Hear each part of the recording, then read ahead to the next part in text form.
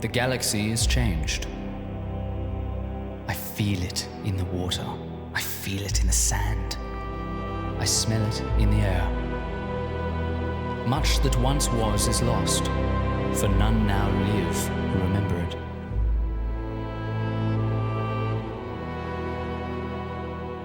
It began with the creation of the great holocrons. 3 were given to the Jedi, powerful, wisest and fairest of all beings. 7 to the Bendu, great creatures of the middle. And 9 holocrons were gifted to the Sith, who above all else desire power. For within these holocrons was bound the knowledge and the will to govern each race. But they were all of them deceived. For another holocron was made. Deep in the Atravis sector, in the fires of Mustafar, the Dark Lord Sidious forged a master holocron. And into this holocron he poured his cruelty, his wicked knowledge, and his will to dominate all life. One holocron to rule them all. One by one, the free worlds of the galaxy fell to the power of the holocron. But there were some who resisted. A last alliance of the rebellion marched against the armies of the Empire, and in the very shadow of the Death Star they fought for the freedom of the galaxy. Victory was near, but the power of the holocron could not be undone. It was in this moment, when all hope had faded, that Luke Skywalker, son of Darth Vader, threw down his father's sword. Sidious, enemy of all 3 peoples of the galaxy, was defeated. The holocron passed to Skywalker, who had this one chance to destroy evil forever. But the hearts of men are easily corrupted, and the holocron of power has a will of its own. It betrayed Luke Skywalker to his death.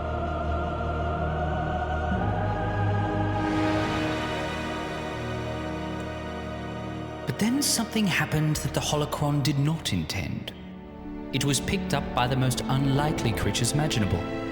2 podcasters, Connor and Seth of the Dune Sea. Outside Snoodles, Max Rebo Band, they can't hold a candle to Figure and Dan in the mogul mode. Size Noodles is the Max Rebo Band, Seth. Without her, it's not even the... For the time will soon come when these losers will shape the fortunes of all.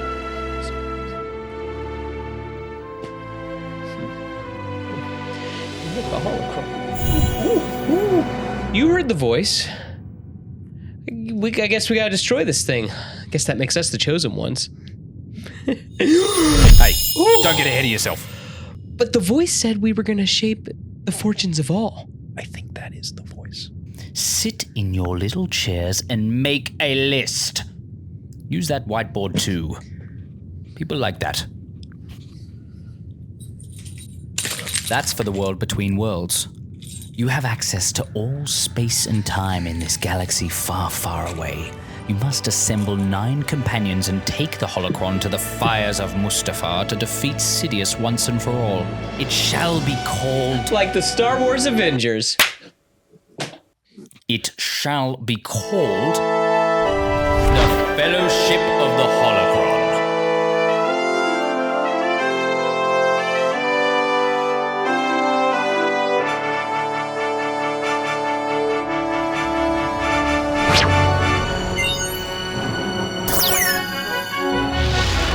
Hello, my lords, and welcome back to another episode of Beyond the Dune Sea, a show all about that galaxy far, far away and beyond. My name is Connor. And I'm Seth. And today we're not so much going beyond, but beyond is coming here. That world of Middle Earth, that story of Lord of the Rings has invaded that galaxy far, far away. And you and I have been tasked with a very important task. With the power of the world between worlds, we are to assemble 9 companions from that galaxy far, far away who will have the strength and the will to throw the holocron of power into the fires of Mustafar. It's a tough topic. It is. Who can match these 9 characters in the Star Wars galaxy. And who can take that holocron? So hopefully by the end of this, we have our 9 companions and we can set them off on their quest. Yes. So the Dark Lord Sidious can be thwarted and the enemy of the free peoples of the galaxy can be defeated once and for all. It's true. Okay, so yeah, here's, you guys see the board. Mm-hmm. We each have our 9 picks. We're doing this tier list style with the board. We're going to do them in the order that you see here: Pippin, Merry, Legolas, Gimli, Boromir, Aragorn, Gandalf, Samwise, and Frodo. And this is going to be really fun because it's like I struggled with some of these picks. Mm-hmm. Did you struggle? Oh gosh, yes. Yes. Lots of going back and forth with my wife about, like, you know, me pacing back and forth and being like, what do you think about this? Yeah. Then we got off onto a whole topic about Legolas going down the going down the stairs and whether or not that's ridiculous or not. So yeah. My thing, I tried to really think about like character and Tolkien's intention for that character in the story. Okay. So, I really thought about I really thought about coincidences between them in Star Wars and in like the character in Lord of the Rings, if that makes sense. Okay. Like lots of crossover between the characters where you could just be like, oh, okay. And I looked at a little bit of that too, but I went more with narrative purpose, I guess. Like how much narrative purpose crossover is there? Interesting. You know, we'll talk about that as we go. And I like, are we going to keep up our picks? Like you're going to see a row you'll of see you. both of us. Yep. Okay, a row of you. Because I just, again, I'm curious because I would love for the chat to be like, "Oh, I'm totally with Connor on this. I'm totally with Seth on this." So let us know, Team Seth or Team Connor on this one. I'm really curious. I'm really, because again, I put a lot of thought into this, and I really this kept me up a little bit. I'm not gonna lie. Yeah, I'll be real. Since you pitched it to me, that I haven't stopped thinking about it. Yeah. So yeah. And I can't take credit for this idea. This was actually a viewer submission. It was from a fan question from a while ago. And I just looked, and I'm so sorry. I don't have your username. I'm going to flash up on screen profile pic with the message. So if this is you, let us know so we can shout you out in the next episode. Because I've been saving this in the back pocket because I had forgotten to put it in the fan questions. Then I went back and looked. I'm like, man, this might make a cool episode. And we've been kind of brewing on it since then. So I do apologize for, I don't know what happened, why I don't have the username as part of the screenshot. But thank you so much for the viewer submission. So that, without further ado, I say we get into this. Okay, starting off, Peregrine Took. Fool of a Took. Yeah. Well, I kind of did, I'll be honest, I kind of did Merry and Pippin together. Okay. A little bit. Did Merry and Pippin together? Yes, I kind of did. Because I mean, they're both rascals. They're both getting into trouble. But I think, like Sam and Frodo, they really do prove that even the smallest person can make a difference. Because I mean, let's be honest too, of the Fellowship, they're two of them that grow the most. Yeah. That like, I mean, they start off stealing fireworks. I was gonna say, they're stealing fireworks. They're stealing stuff from Farmer Maggot's crop. And then what are they doing? Oh my gosh, we got an Esquire of Rohan and he's something of the Citadel. Pippin is. Yeah. That like, I mean, Guard of the Citadel. Yeah, Guard of the Citadel. I mean, that's something right there. Yeah, right after saving Isengard. Yes. You know, leading the Ents to war. Or being the catalyst for the Ents to go to war. Yes. Which basically saves Middle Earth. I mean, without cutting off Isengard, you know. It's true. They hit Isengard from the other front. Now it's a one front war between the free peoples of Middle Earth and Sauron. Yeah. You know, they're not being hit on both sides. So I mean, Merry and Pippin, you're right, they have the most growth. So I hate to say it, I kind of put them together. So I was thinking about friends in the Star Wars universe. Okay. And so I am going with. You got the man and you got the legend. It's true. So I went with R2 and 3PO. So one, they're good friends, counterparts, if you will. Okay. Ooh. They're both always getting yelled at, mind you. That like they're both getting into mischief. They both come in clutch when it's really, really, really needed, like with the trash compactor or the droid factory in Attack of the Clones, and even a droid can make a difference. Yeah, interesting. So, in my opinion, that I went with Pippin being 3PO because he's getting yelled at all the time. Yeah. So I was just thinking that. Yes. So, and then again, like I feel like R2's tied to 3PO and. Super fun. Okay. Yes. So I went with R2 and 3PO. All right. Yes. Wouldn't have guessed that. That's Really? Yeah. Okay, so you don't have R2. I don't have them as a package deal. Oh, okay. So I gotcha. I went with, I'll admit my Merry and Pippin and my Legolas and Gimli are kind of a package deal because they're friends and they kind of like you I get you. You change a couple things. They're kind of interchangeable a little bit. Yeah. Sure. So that was kind of my whole thing. So for Pippin, he becomes the guard of the Citadel. Yes. Right.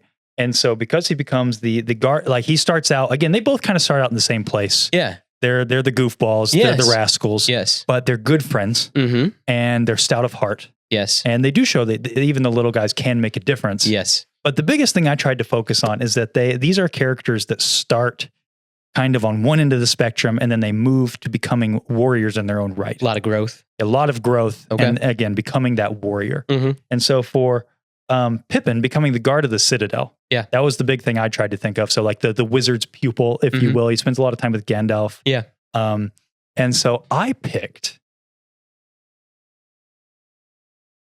Omega. Because I think Omega starts in a very similar place where she's kind of goofy. Yeah, I think that she starts a little more serious than Pippin.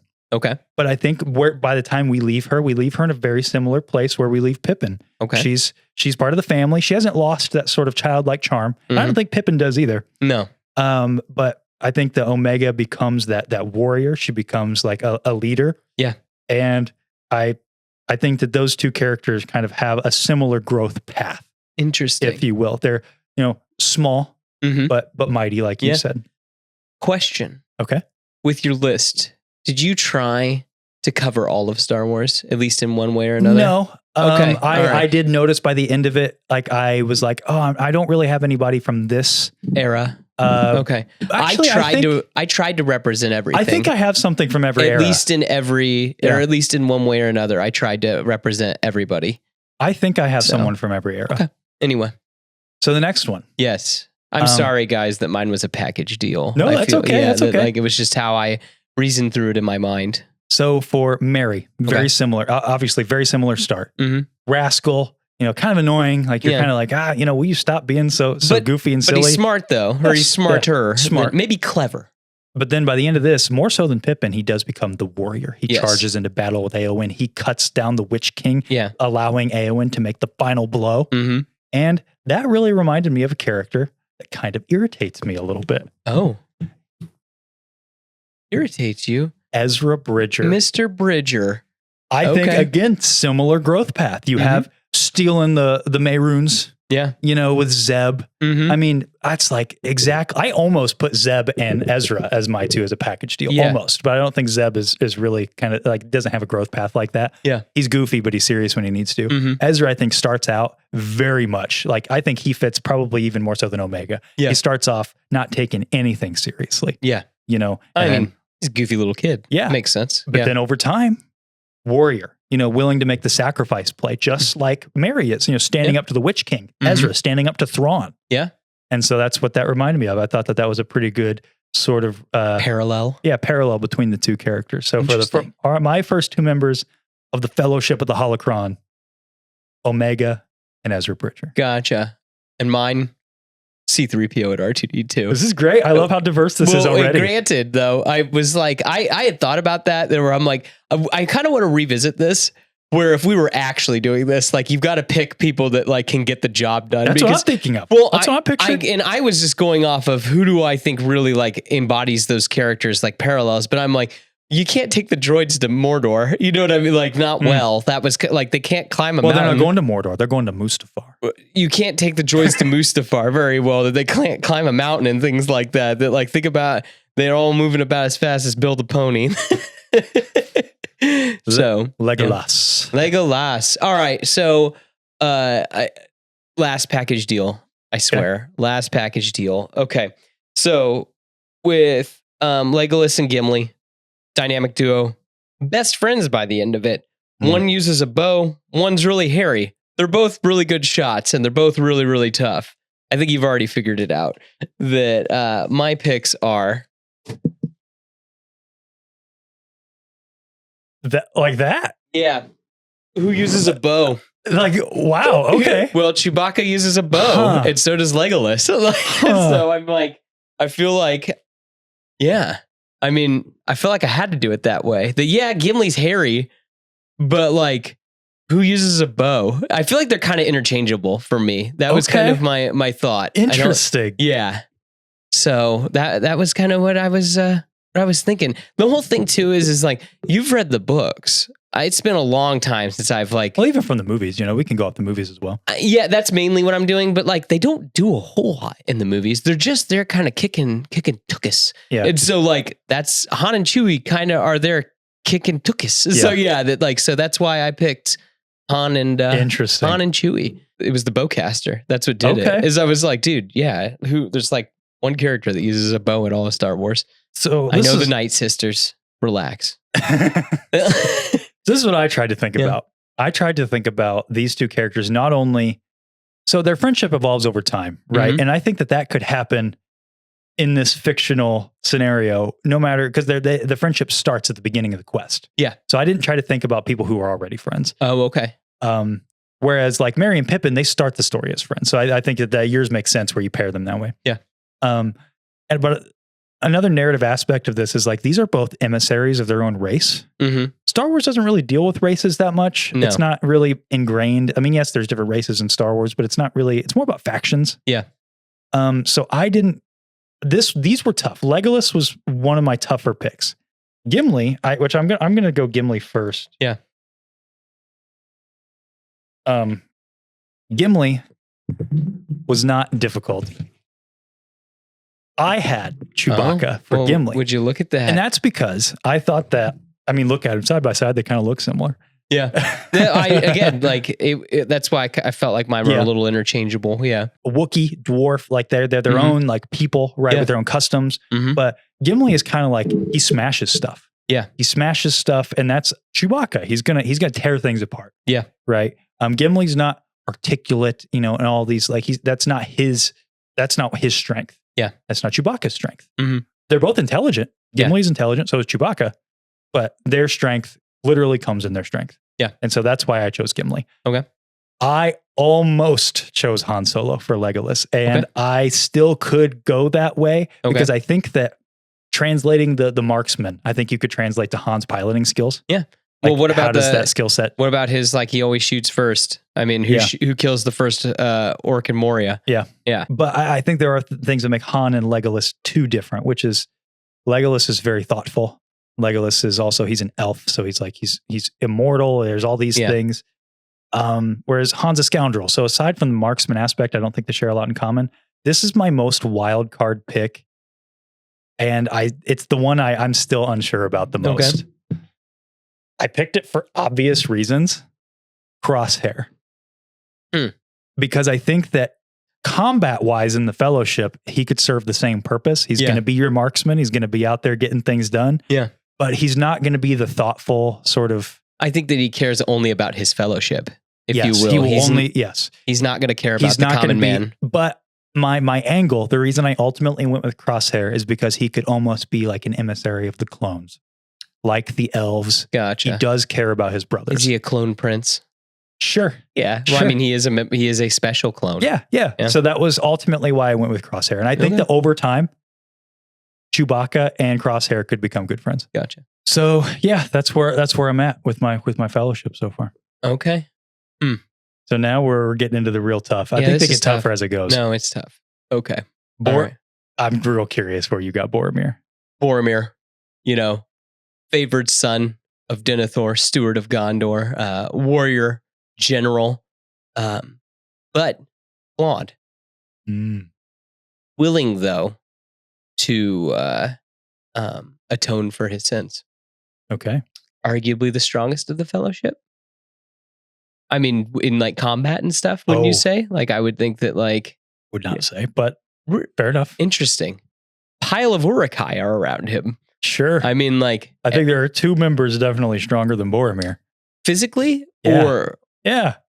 I don't know. See, this was one of the arguments with talking about the surfboard. Aragorn's Númenórean. Legolas pulled Aragorn and Gimli up by himself in Helm's Deep by a rope. Yeah. He's physically stronger than anybody, I think. Debatable whether he's stronger than Aragorn. By himself. He I know. pulled them both. Think about how much. Strong. He's strong, but I don't know that he's stronger than Aragorn. I don't know. Aragorn's not doing stuff like that. Have you ever seen that where it's why didn't Elrond just push Isildur into the fire in Mount Doom? And it's because Isildur is Númenorian. Elrond could not overpower him if he tried. It would not be possible. Even though Elrond's a high elf? Yes. He's half elven, actually, but yes. Huh. There's no way he could do it? Probably not. I mean, the elves are not known for their strength necessarily. Legolas still pulled them both up. I'm not saying they're not strong. It's wild. They're stronger than like regular humans, but Aragorn is of Númenorian blood. He's definitely going to be strong. Boromir is like, as far as like peak, you may not like it, but that's peak masculine physique right there. You know, Boromir. Yeah. But Aragorn though, like he's a league above because he's Númenorian. Okay. He's of that. No, because I was gonna say he's dwindled. He's real diluted, isn't he? Not real diluted. The guy's 80 years old. Yeah, exactly. But I mean, he still is only gonna he's not gonna live as long as like a normal Númenorian, right? But he's still like he's still gonna. He's got some sauce. I'll get you that. He can't drink. My point is just he's stronger than Boromir. With the best of them, but he can do it. Anyway, my pick that is the chosen one, Anakin Skywalker. Why, you may ask? So, Anakin, great warrior, great general. He fell, though, like Boromir. There is a lot of sacrificial love for his family and his friends with both of the characters. Their last act is trying to make up for the wrongs that they've committed, and both their fathers put lots of faith in them both. So Denethor puts lots of faith in Boromir, and then the Emperor and Obi-Wan both put lots of faith in Anakin. And so that's why I picked Anakin Skywalker as the Boromir. Anakin's a good pick. Yeah. My biggest beef with Anakin, and I have to mention this in order to set mine up. You're fine. Is I think that Anakin's fall is far too great in comparison to Boromir, because Boromir simply succumbs briefly to his temptations. Yes. He's otherwise a very good man. He's like you said, captain of the guard. Yeah. But he's also like, he's always playing second fiddle, if you will, because not to be mixed up with Faramir, that's not what I was saying, but because he will never be king. It's true. He can only become steward. And then let's be honest too, that like when comparing him to Aragorn, he's nothing. Exactly. Really. Exactly. Yeah. Mm-hmm. But his ultimate fall really is just he succumbs to the temptation of the ring briefly, and he doesn't even really succeed. Anakin goes on a 20-year killing spree. He does. So I'm like, now they do both in their last moments, sacrifice themselves and ultimately, for the people that they love. And I think that's huge. Yeah. But there's another character that I think does the same thing, but doesn't fall quite so hard. Oh, okay. And that is his grandson, Ben Solo. Kylo Ren. Kylo Ren. Yeah. I think Ben Solo, Kylo Ren, great warrior, leader. We don't know much about his time like leading the First Order, but he has to be, he led the Knights of Ren as well. Good leader of the Knights of Ren. I don't think he ever truly completely falls. Yeah. I think he struggles the entire time that he's under the dark side. I mean, you hear that in Force Awakens, like, I feel it again, the pull to the light. So he's always struggling with that. Yeah. Again, does some bad stuff. Don't get me wrong. I don't think murdered his dad. He does. And I think that that's the worst thing that he does. Murdered all them Mustafarians. Well, that was more of a battle. Killed Snoke. I mean, that good deed, arguably. I mean, but still murder. Again, arguably. Okay. But I mean, he does never stoops to the lows of Anakin, if you will. That's in my opinion. But both of them, both Anakin, all three of them, Anakin, Ben Solo, and Boromir, in their final moments, realize, hey, I need to do what's right, and they do save the people that they care about. Okay. But I think I otherwise would. It's just that little thing about Darth Vader that really kills me about Anakin. I understand. But and again, you could argue that Ben's fall is still even too great. Another character that almost could fit his crosshair. Yes, he is. We joked around about that it's like Vader light. Yeah. But again, I think Ben Solo. You're right. He's not like he's almost Ben Solo is like to Boromir to Aragorn is Ben Solo to Anakin. Like he can never be that. Yeah. He does fall, but not quite so hard. And I don't think he ever does deeds that are quite so evil. But ultimately, he does come around, and I think he's a good warrior. Yeah. And does what needs to be done. So I think he did kill a lot. He killed some Jedi too. He did. Yeah. He did. But again, Vader killed a lot of kids. The whole Jedi Temple went on a 20-year killing spree. He did. Kylo Ren felt bad about it when he did it, I feel like. Yeah. But Kylo Ren, a lot of remorse. You know, I just say, you got to weigh the two. That's all I'm saying. All right. Okay. Not perfect, but I think that he's in good warrior could serve the purpose of that. And also he could be a good emissary for like the for that sect of the free peoples, if you will. Gotcha. So but I think you got to pluck them out. Like since we have the power of the world between worlds. Yeah, well that's why like how is Anakin Skywalker here when he's probably going to be fighting Darth Vader at some point? Yeah, well we got to pluck Ben Solo out I think after the moment that he dies. Is that what you're talking about? Right before. Just right before. Oh, right before he falls in the hole. Yeah, basically. Yeah, okay. That's when we got to pull him out. Gotcha. Right after his fights with the Knights of Ren, that's when we pull Ben Solo out. Okay. So there we go. Gotcha. Primed and ready. There we go. Okay. Okay, this is shaping up to be an interesting team. Yes. Yours is looking pretty vanilla, Seth. I got to be honest with you. Look at that. You got C-3PO, R2-D2, Chewbacca, and Han Solo, Anakin Skywalker. I got animation in here. You do? You know, some sequel trilogy. Yeah. What's going on? Let's talk about Aragorn. Okay. I mean, we've talked about Aragorn. You know, he is the last of a race. You know that a king in exile. You know, 1,000-year-old girlfriend. Something to shoot for, if that makes sense. 1,000-year girlfriends? What? 1,000-year girlfriends? Just in general, I think that like Aragorn is like kind of that like something to shoot for. We're gonna all fall short of being Aragorn, but like Aragorn's something to try to be. And so, really curious on this one. Yeah, this is gonna be a zinger. Din Djarin. Yeah. The Mandalorian. Exile from a forgotten race. Okay. Or like an ancient race or whatever. Okay. He's kind of a king via the Darksaber. Sure. He's bound to duty and honor.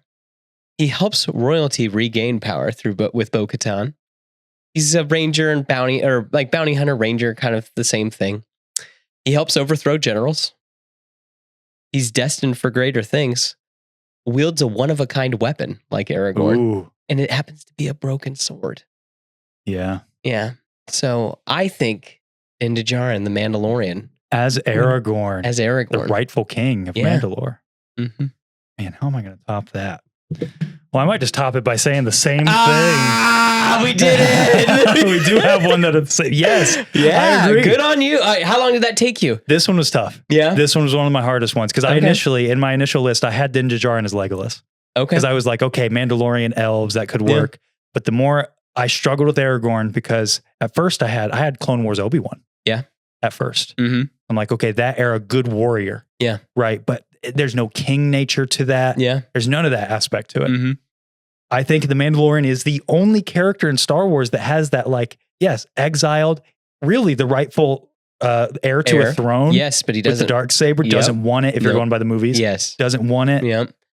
All those things. Did you think about the broken blade? I didn't. That was one that's good. That's good. I didn't think about the Andoril versus the Darksaber. Yeah. That's good too. Mm-hmm. So yeah, I'm 100% in agreement. I think the Mandalorian being the leader of our squad here is really interesting. Yeah. I mean, what a team this is shaking up to be. Yeah. Well, I think it's weird now thinking about that. Like, is Anakin really would he play second fiddle to Din Djarin? I think, well, does Boromir to Aragorn? I mean, Boromir, he's like... In the end, he does. They're butting heads a little bit. Yeah, and I think Anakin would too. Oh, yeah, that's what I'm saying, is I feel like that Anakin would be like, nah, I'm running this show. Yeah.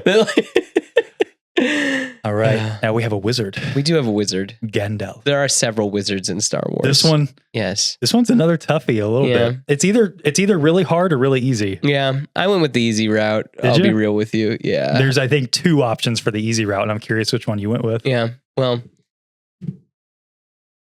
I went with that, that wizard out beyond the Dune Sea. I mean, Obi-Wan Kenobi, he's a wise old wizard. He comes and goes. He's a protector. He has a glowing blue sword. That's true. Sacrificial love. I think most importantly, too, is that like he's not the most powerful Jedi. He fails. Mm-hmm. And I think that's like Gandalf's not the most powerful of the Astari. but it's his heart that's why he's picked. And I think that it's because of Obi-Wan's heart. That is why he is the way he is. Yeah. Yeah. He's not Mace. He's not Yoda. So yeah, I'm going to go with, Obi-Wan Kenobi, that wizard out beyond the Dune Sea. He would be my Gandalf. I think the important thing to remember about Gandalf are a few things. Gandalf is one of my favorite characters in all fiction. Mm-hmm. He is the wind that pushes the sails of, the people have to provide the sails for the wind to be effective. Yeah. The wind doesn't do anything on its own. Mm-hmm. And that's what's important about Gandalf is Gandalf isn't the one, like he wasn't sent to go toe to toe with Sauron. No. He was there to help lift up. He's a field booster. Yeah. Yeah. Exactly. He was there to lift up. He was there to push people out. Or push people out into battle and give them confidence. And again, he gives them that push out the front door. Exactly. Yeah. And so that's what's Obi-Wan do for Luke? Gives him that push out the front door. Exactly. Yeah. But I do think we need to talk about Ahsoka Tano. Yuck. Because I'm aware of all. No, there's a lot of Stormcrow. Was the working title. Ahsoka the White. She becomes Ahsoka the White. There are many parallels. However, she misses one very important parallel to Gandalf. Yeah, and arguably the most important. Mm-hmm. She does not have Gandalf's Christ-like nature, and she does not die to herself and sacrifice. She loses the battle to Balin Skull because she does not have enough power to defeat him. Yeah. Not because she Now, yes, she is fighting for her friends, but it's not the same. Yeah. And so I also went with... Oh, man. You're a smart boy. With Obi-Wan Kenobi. I was going to be really sad if you had picked Ahsoka the White. No, I debated. I debated going with Ahsoka the White, but I think that is the most important aspect to Gandalf's characters. He falls to the Balrog to save his buddies, but it's a sacrifice, and he fights going down. And Obi-Wan, I think Obi-Wan is more like Gandalf than Ahsoka. Yeah, because he does come back as Obi-Wan the White, if you will. He comes back and even in the same way, like when Gandalf the Grey is around, Gandalf the Grey does a lot more fighting. I feel like Gandalf the White does too. Yeah.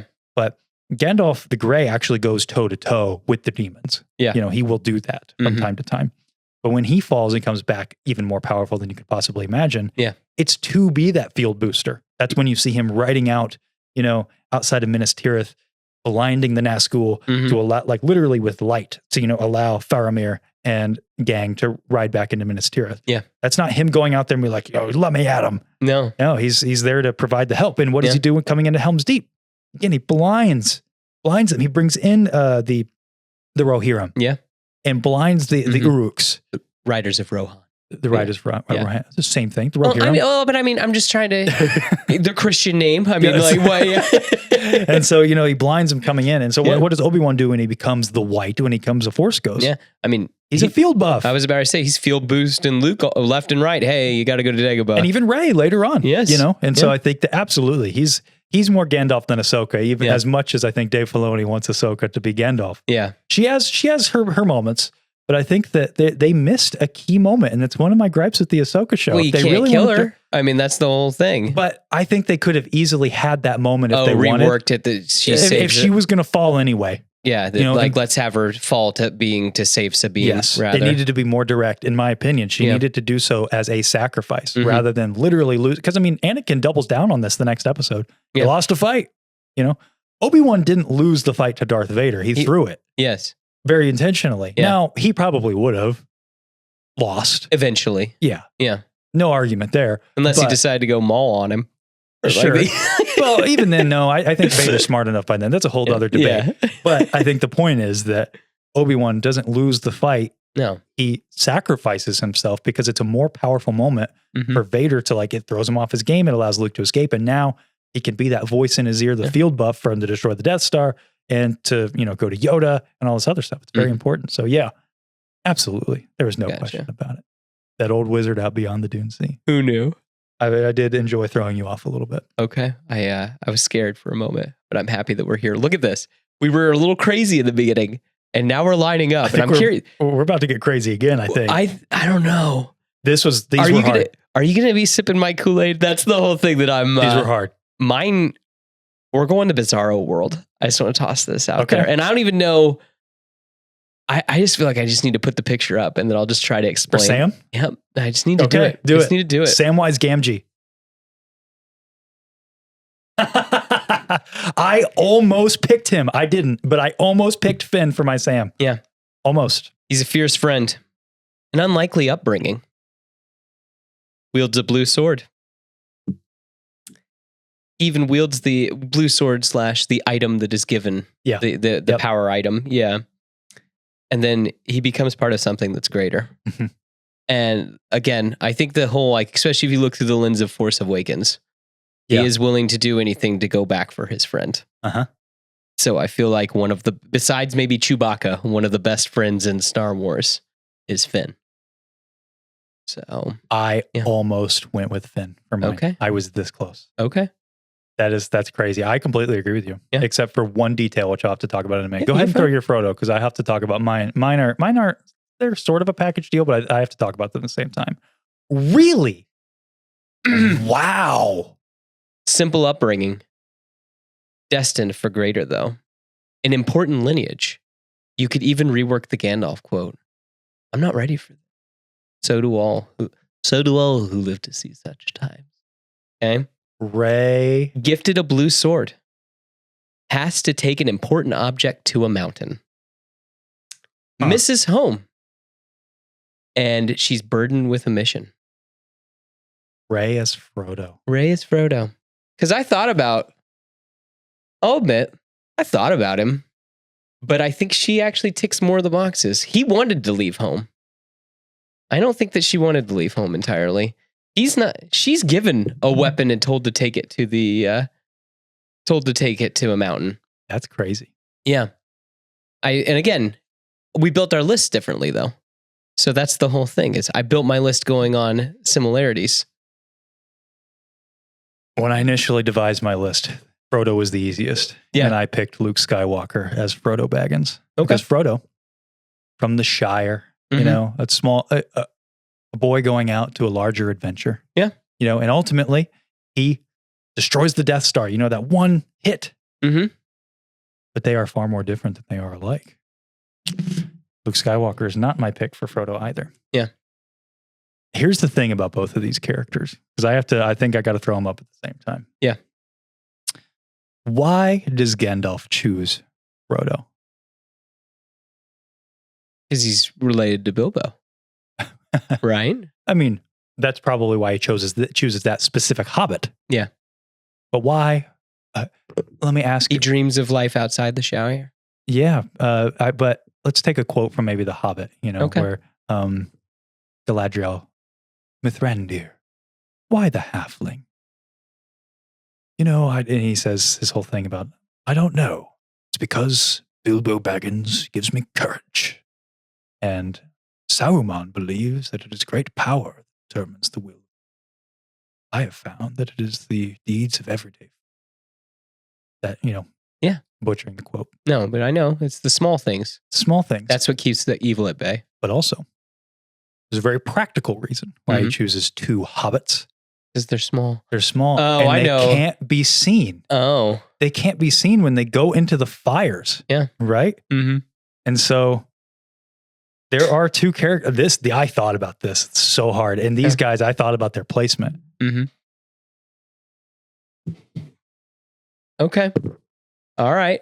Interesting. R2D2 and C3PO. Because R2's given a mission. In a way, R2D2 has sort of this task at the beginning of A New Hope. He does. Who would suspect a droid? In fact, when the escape pods are jettisoned, there are no life forms aboard. Don't bother with it. They don't worry about it. Yeah. It's Darth Sidious, the Dark Lord Sidious, would not sense two droids rolling into the fires of Mustafar. Probably not. But he would probably sense Rey Skywalker. He very well could. He very well could. He could sense, I think, any person, but I think even more so, and this is my main argument, I think a Force user cannot be the one to hold the holocron. In the same way that Gandalf, a wizard, cannot be the one to hold the ring. Yeah. Because no matter how indomitable their will, it's too dangerous for them to have it, because the enemy might sense them, but also the temptation is too great. You know, the The hearts of men are easily corrupted. The hearts of the Jedi, are easily corrupted. What a heart of a droid. Well, Yeah. one especially with a mind of his own. Well, I was going to say, would a droid be able to have the heart enough to destroy the holocron? And so that's what I think is that that's why I really debated where R2 was going to go. Because I think he just as easily could be Samwise. Yeah. But I don't think C-3PO could be Frodo. No. The reason why C-3PO is Sam is because I think like the butler, the gardener. Yeah. They could, I think that when push came to shove, when they arrive on Mustafar and they're going up toward this, the black gate at the fortress. Mm-hmm. Fortress Vader. Yeah. Yeah. And R2's, he's struggling. He's on low power. Mm-hmm. I think C-3PO gives him his own boost of his own power. Yeah. And then C-3PO draws the fire of, the Mustafarians, the Imperial Guard, whoever's there. Yeah. So that R2 could make the final push. But then, as he gets into the crack of doom, I think R2 doesn't have the strength to push in the holocron into the fires. But they've had a pursuer this entire time. Yeah. Not BB-9E? Well, I think he started this way. Oh. But then over time, I think that the holocron twisted his circuitry Gotcha. into maybe not BB-8, but BB hate. BB hate. Okay. And okay. He rolls and tumbles and takes the holocron. So he's the final owner of the holocron. Yes. Yeah. And he crumbles away. And he burns in the fires of Mustafar. And so he burns into the fires of Mustafar. Yeah. But R2 completes his task with his indomitable will. He hesitated at the final moment. But as we learned from our good friend, J.R.R. Tolkien. Yeah. Anybody. R2 failed as conceived by simple minds. Yeah. As J.R.R. Tolkien said of Frodo. Mm-hmm. But he did complete the task that was given to him. Yeah. I think that's I think that this kind of shakes out. Interesting. So there you go. There's our fellowship of the holocron pulled across space and time from that galaxy far, far away. But I think the only one I really disagree with on your list is Rey. That's the only one. Because again, Force user, that's it. Yeah, but you were kind of thinking about it slightly differently than what I was. Because again, when you let's go back down really quick. Like simple upbringing, destined for greater good, an important lineage. Yeah. Frodo is related to a ring bearer. Rey, granddaughter of, Emperor Palpatine himself. Sauron. Yes, of Sauron. Craziness. I think the Gandalf quote, when she figures out about that I could see Obi-Wan sitting down and even saying that, it fit. She wields a blue sword. She has to take the important item to the mountain. She's burdened with this mission. Yeah. She's got to get it done. Yeah. So, I respect your list. Yeah. What's the one on my list that's the most wild card to you that you're like, I don't know about that? I think looking back on it, Ben Solo's a better choice than Anakin. I think the thing that you said that I didn't consider with Anakin was like the general. Yeah. I didn't consider that aspect of Anakin. I do think that almost like he's definitely a better leader than Ben Solo and Kylo Ren. Yeah. Because you think about, it's such a blink and you miss it scene in Two Towers, like that they took back Osgiliath. Yeah. Yeah. That it's like, exactly. Anakin would have taken back Osgiliath. Yeah. No, I really like the list. Finn, great pick. Like I said, he was on, I redid my list several times. Yeah. I think everybody changed on my list when I first started. I think my initial list had Luke Skywalker. Oh, here was my wild card pick for this. Captain Rex. Oh, is the best friend? Yeah. Because I was like, okay, who's not the main character, but's going to be ride or die for the main character? Yeah. Well, Captain Rex. Yeah. But ultimately, swapping out, because again, I really tried to think, who are the hobbits of the Star Wars universe? I think it's the droids. Yeah, I think so too. And then, which you kind of, did that up here. Yeah, and that was kind of, there weren't enough droids to go around, and I felt like, they're pretty goofy. Yeah, that they do have like the R2 is really important for one movie. Yeah. And he does come in clutch. Yeah. So that was kind of why I picked them for there. I think it's cool that we picked the same droids as all the hobbits. I do think that's neat that we think of them as the same. Because again, you and I didn't talk about this at all. No. I accidentally said Anakin to you at one point. Yeah, but I already that was the one I already knew about because when we initially talked about it. Yeah, I'm really happy that we both came to Din Djarin. Yeah, I know that was cool. I really wondered who you were going to pick for Aragorn. Yeah, I figured you'd go Gandalf. I didn't know. I actually thought you might go Ahsoka the White. I felt like it's too much of a slow pitch, but I agree with you. I don't think that she's enough like that character.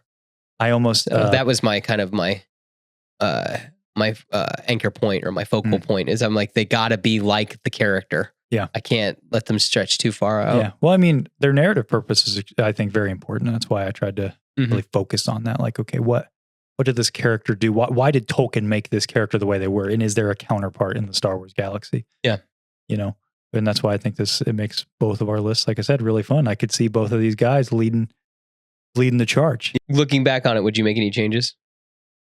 The only ones that I'm like, I think my first three are the ones that I'm most unsure about. I gotcha. Well, no, I really like my Ezra pick. I think Ezra makes a lot of sense.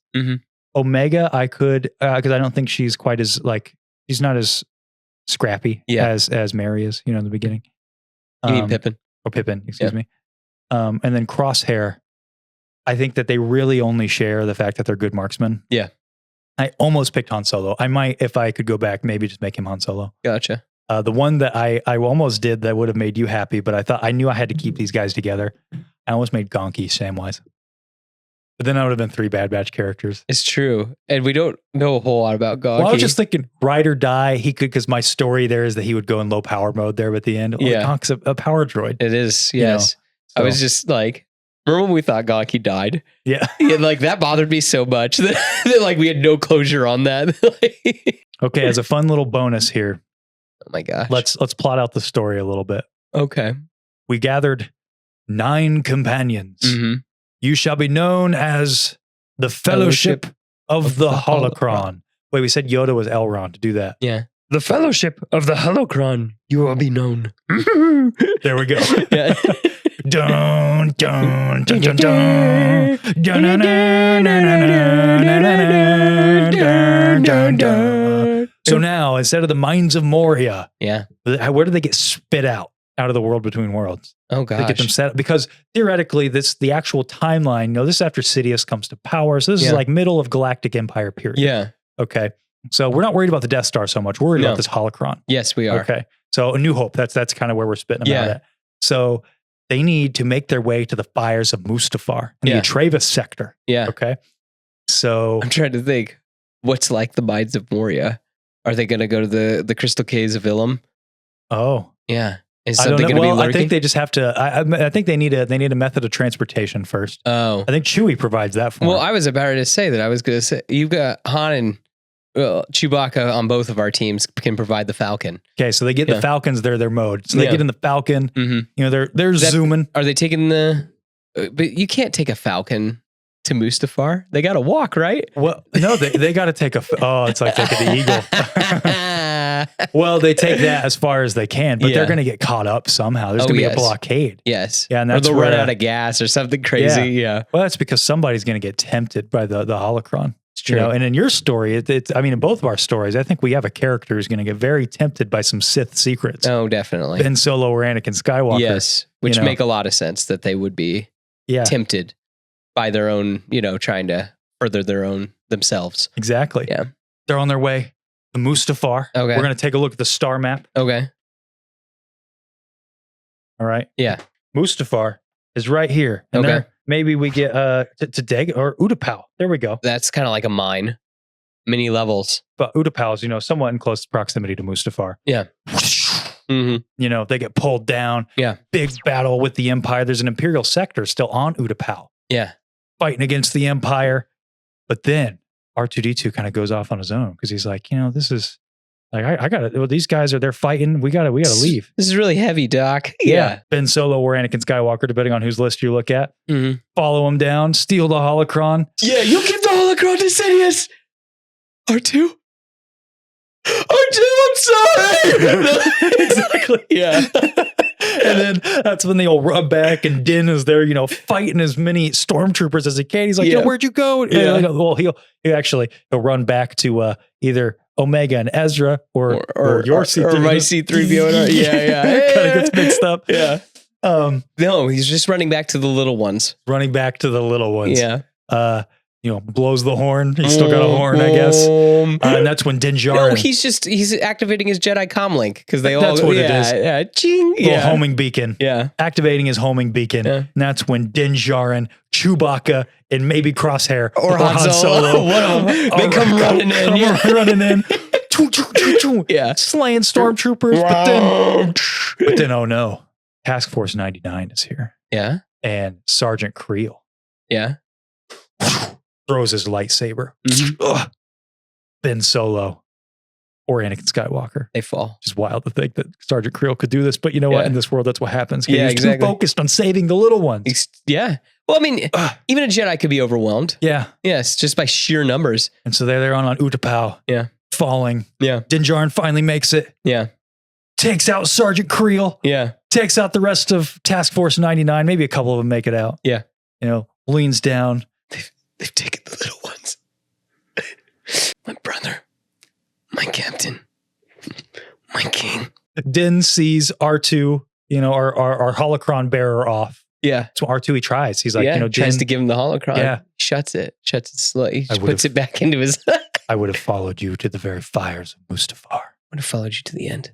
The very fires of Mustafar. There's an old ETA Class 2 starfighter still on Utapau, left behind by the Clone Wars. And so R2 is wheeling his way down, gets his little jetpack, flies into there. Yeah, but he's just sitting there. He needs someone in the pilot seat. He's about to take off. Mm-hmm. Wait for me. Exactly. R2. R2. Yeah. Beep, beep, beep, beep, beep, beep, which translates, you know, rough. I gotta get, just leave. You can't swim. I'm going to Mustafar alone, C-3PO. Of course you are, sir. And I'm coming with you. And C-3PO hops in the clumsily cockpit. Climbs into the cockpit. Yeah. Ooh. And then they're gone. Flies off to Mustafar. Yeah. And that's the end of the first movie. Yeah. Which would be crazy. It would be. And that's when they arrive on Mustafar. Mm-hmm. And man, they got to fly way out, you know, in the boondocks over here. But that's when you get a little BB-8 who's going back and forth. When he looks into the pool, he sees BB-8. Yeah. You know, and that's where he comes in. Yeah. He's the navigator. Oh, he knows the way. He knows the way. Yes. To Mustafar. Knows the way to the fires of Mustafar where they need to drop the holocron. Gotcha. And when they finally get there, that's when Din Djarin and Obi-Wan, Ben Kenobi, because Ben Kenobi's already fallen to the Witch King by this point, you know, the Balrog, if you will. Yeah. Or no, Ben Kenobi fought, who'd be the Balrog in this situation? Wouldn't it be Vader? Sure, he could be Vader. Why not? Yeah. So I guess that makes the most sense. He's already fallen to Vader. Yeah. You know, but now he's come back as Obi-Wan the White. Yeah. The Force Ghost. Mm-hmm. And they're all leading the charge into, you know, the Pelennor fields of Mustafar. Yeah. Where the Mustafarians are doing their thing. Yeah, that's where Ben Solo was fighting him at the beginning of Rise of Skywalker. There's a fight happening there. Yep. And they're like, if we need to take on Sidious head on. Yeah. You know, give the little droids a chance. Yeah. So they do. Oh, yeah. For R2. For R2. For Rey. And then right at the final moment, that's when R2 drops the holocron into the fire. Kinda. BB-8 ends up wrestling with him and not like he ends up kind of falling in. Yep. Yeah. And thus the free peoples of the galaxy are saved. The Dark Lord Sidious is finally defeated until Lord of the Rings 2 comes out. Yeah. And somehow Sauron returned. Yes. Somehow Sidious returned. Yep. Yes. Sith science and sorcery. It's a cool story. It is. I think it's fun. Yeah. I think that it's kind of interesting to see the differences. Like there's so many differences between Star Wars and Lord of the Rings. Obviously, they're two vastly different stories. Yeah. But when you really try to break this down, I think you can really see that firsthand. Like there's some parallels. Like other than Din Djarin, there's really no one to take that Aragorn spot, I think. Mm-hmm. Like it's really tough to find someone who has that like that kingly nature, the leadership. And even calling Aragorn a king or rather Din Djarin a king is stretching it a little bit, stretching the story. Some of it fits really well, the wizards, obviously, you know. Yeah. But I think it's really fun to kind of nail down who could be the hobbits, who could be the dwarf, who could be the elf. Mm-hmm. Yeah, fun mashup of two of our favorite worlds. What do you guys think at home? Who would be your pick for the Star Wars Fellowship of the Holocron? Let us know in those comments down below. And I think it's time we do move on to the fan segment. You must feel the force around you. This week, we have a very special artist spotlight every week. If you have something you'd like to submit, you're doing something fun, you're doing something artistic, even if you just got something interesting you want to share with the community, let us know over at beyondtheduneshow@gmail.com or send us a DM on Instagram. We'd be happy to share your voice to the public. Let's see what you're up to. Yes, we want to see what you guys are up to. And one guy who's got a lot that he's up to. You saw him in the beginning. Mm-hmm. You might have saw him with a wicked mustache. You might have seen him with a helmet. And that is our friend, Jeremy BLOORE, BLOORE on Mandalore. And he has something that's very pertinent to this week's topic. He started a series called Blades in Beskar, which is his Star Wars Lord of the Rings mashup. It's a lot of fun. I've always, we talk about Jeremy sometimes here on the show, and that's because he's worth talking about. He's got, kind of a magnetic personality. I think he's got a lot of talent, and it's been really fun to watch him grow, and I can't wait to see how he continues to grow. And so Jeremy sent us a video in, and we've not seen it yet. It's going to be interesting. We're going to look at his pitch for why you should check out his channel and Blades in Beskar. Jeremy, take it away. Hey guys, Jeremy BLOORE here from BLOORE on Mandalore. Just want to do a massive shout out to Beyond the Dune Sea for allowing me to be a part of their intro. I had so much fun. I really hope you guys enjoyed it. Shameless plug because I have zero shame. Like actually zero shame at all. I have my own YouTube channel called BLOORE on Mandalore, and I do my own Star Wars and Lord of the Rings series called Blades and Beskar. The coolest name for any series you've ever heard of. Don't even try it. Don't even try it. I have a lot of fun over there. I do a bunch of collaborative videos between Lord of the Rings and Star Wars, lore dives, character dives, a bunch of different stuff. I have a lot of fun, and I talk to every single one of the fans. I dare you to put a comment down on one of my videos. I bet you I will answer it. Promise you, actually. It's a promise. It's a BLOORE on Mandalore promise. I hope to see you guys there. I hope you're enjoying the rest of the video for Beyond the Dune Sea. Love you all. I'll catch you later. Ciao, ciao. That Jeremy BLOORE. Something else. He's something else. He's great, though. Yeah. Check Heck of him a out. mustache. Heck of a mustache. Yes. Jeremy is awesome. Go check out his stuff, especially his Lord of the Rings Star Wars mashups. If you like that sort of thing, you'll find all of his links down in the description below. And now it's time to get to the fan questions. And this week I asked you guys just about Frodo. Who would you choose to toss the ring? Because I didn't spoil our whole story here about the Holocron. So who would you choose to toss the ring into the fires of Mustafar? And I got some interesting questions or interesting answers. The Galactic Cantina 66, Jar Jar the Forbidden One. Little reference to our gaming stream, our card opening stream last week. Yes. We did a little Star Wars Unlimited. Yes. I could see him being the Tom Bombadil of Star Wars. No. It just... He's wacky, but he's not like all powerful either. Or like super powerful. Tom's not all powerful. Yeah. I don't know. Yeah. I mean... Kind of a wacky character. Even at the end of the Empire, Jar Jar still exists. Yeah. He was the first. Yes. And he will be the last. He is the last. Darth Christensen 17. Imagine Kenobi dropping the ring after Ahsoka the White fights Darth Sauron. So you're picturing Kenobi as more the Frodo and Ahsoka the White as the Gandalf. Interesting. Yeah. Interesting. Then I wonder who's Aragorn. Yeah. Yeah. Exactly. Game_Michaels. BD1 from Jedi Survivor. Great pick. Ooh. I think a lot of the droids, in my opinion, are good picks. I almost considered BD1 for Sam. Good friend, good companion. Yes. Tom Chadburn 1501. It would have to be Obi-Wan. No chance of corruption. Again, I gotta say, he's a wizard. I think a Jedi would be seen. I think a wizard has too big a chance of being corrupted. Yeah. And Obi-Wan's all Satine had to do was say it. And Obi-Wan would have left the order. Exactly. Yeah. DLTRR Gunji will take the ring. Does it burn? I like Gunji. I just don't like his lightsaber. I've come around on it a little bit. Okay, all the lashings I've got on TikTok have maybe come around a little bit. All right. Winter 442. I think young Ahsoka would be a good choice. Young Ahsoka was also someone I considered for Merry or Pippin. Spunky. Yeah. The Deej also says easily Ahsoka, but also Quinlan Voss is a dark horse answer.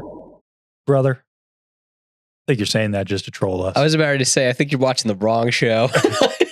No, I think, again, yeah. I think Quinlan almost fits a Boromir a little bit. Yeah, definitely. Actually, he falls. I could almost, you know what? I hate to say it, I think he might fit better than Ben Solo. Because I think with his little fall, it's nothing crazy. He doesn't do anything insane. I mean, he is Admiral Enigma. And I know, but he doesn't like commit mass atrocities like either of these guys. I mean, he does. Doesn't he do horrible things like or was he just a figurehead? Yeah, I think he's just a figurehead. We don't really know what he's up to as Admiral Enigma. Yeah. So it's kind of confusing whether or not he was evil or was he evil or not. I think he almost fits a little bit. Okay. I hate to say it. Yeah. I think Quinlan Vos could maybe fit his Boromir. maybe a little bit. Maybe. Real Ramblin', Jar Jar. Hang on to it and do that epic cannonball flip thing you do. R.I.P. Heck yeah.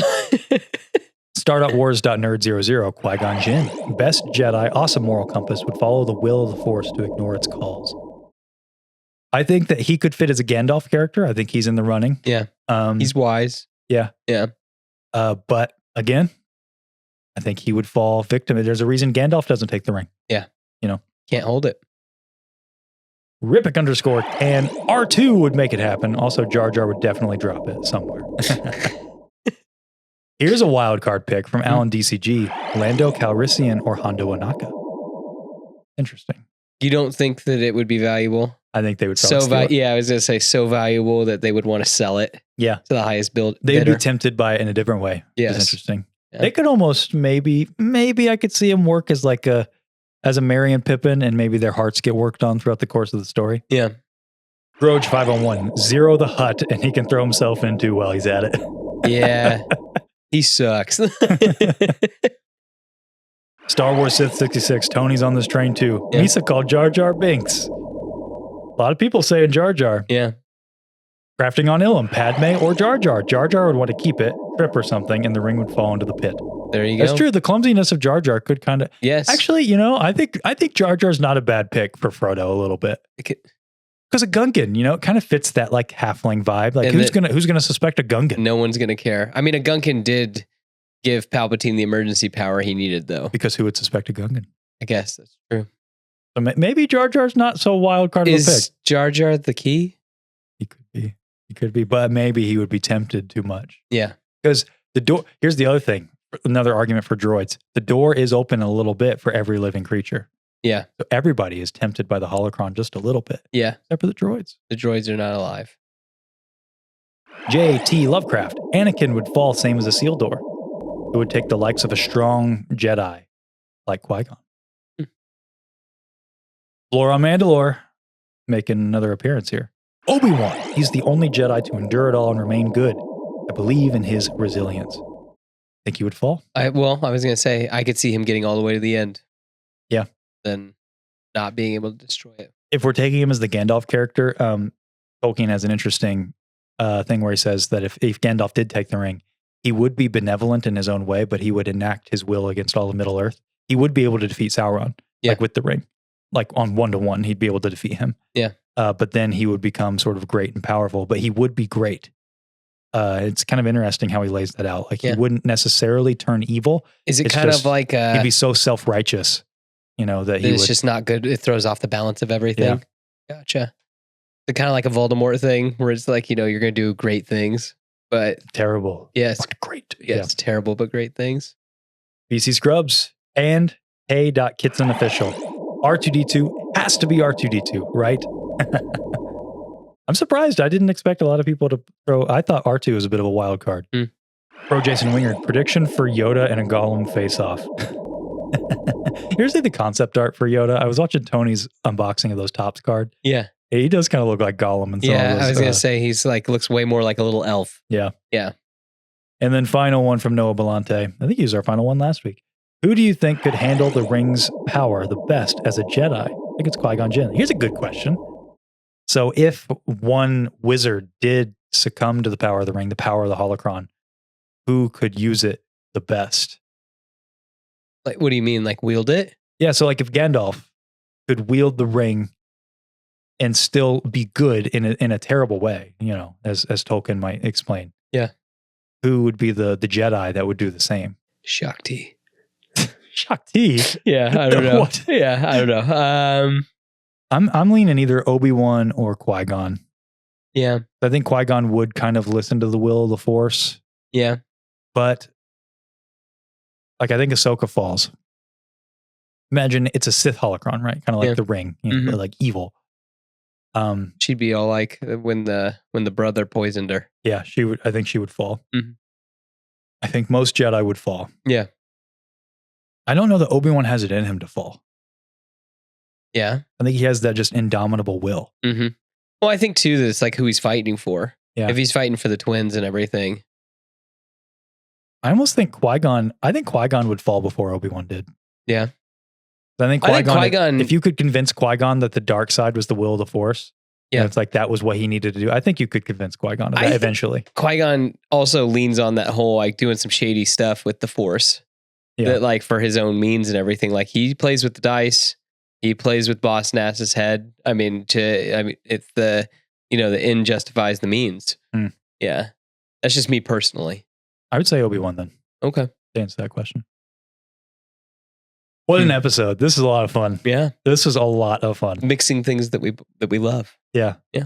It was cool to kind of think about it in this way. It would be be kind of fun to do the reverse, where we take like the core Star Wars story. Yeah. And try to plop Lord of the Rings characters in there.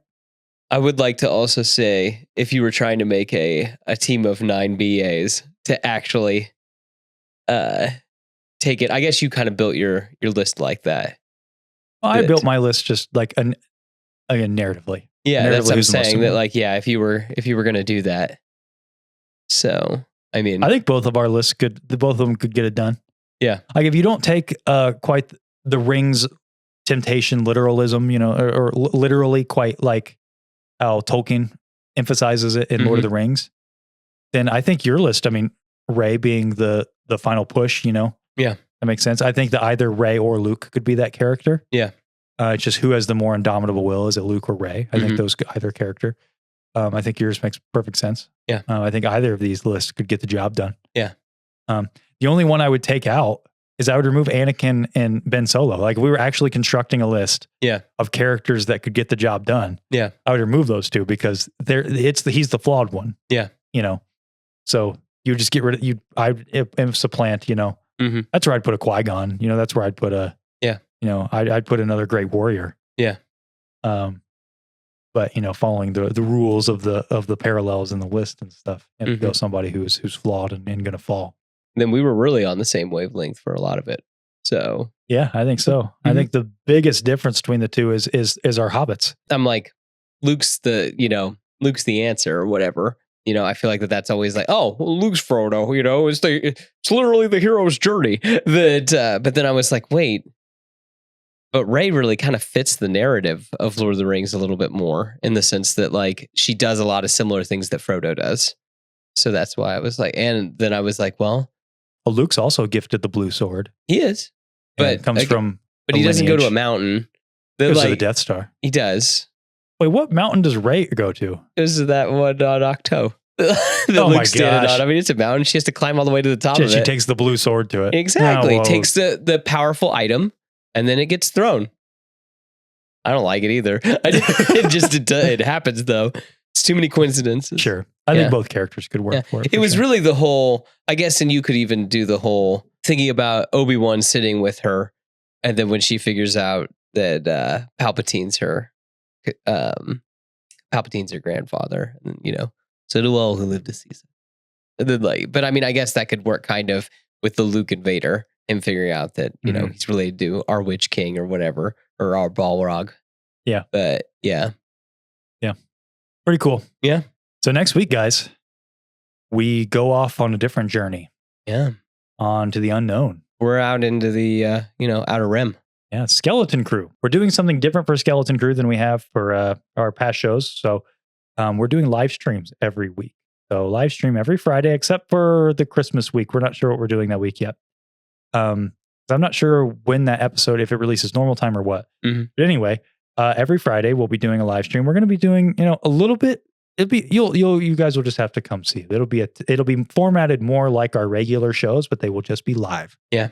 But we will still have some great interactions with the chat. We're looking forward to it. We'll see you next week for Skeleton Crew, 6 p.m. EST Friday. That'll be the new Dune time the next several weeks, but always it'll be the same Dune channel, Seth.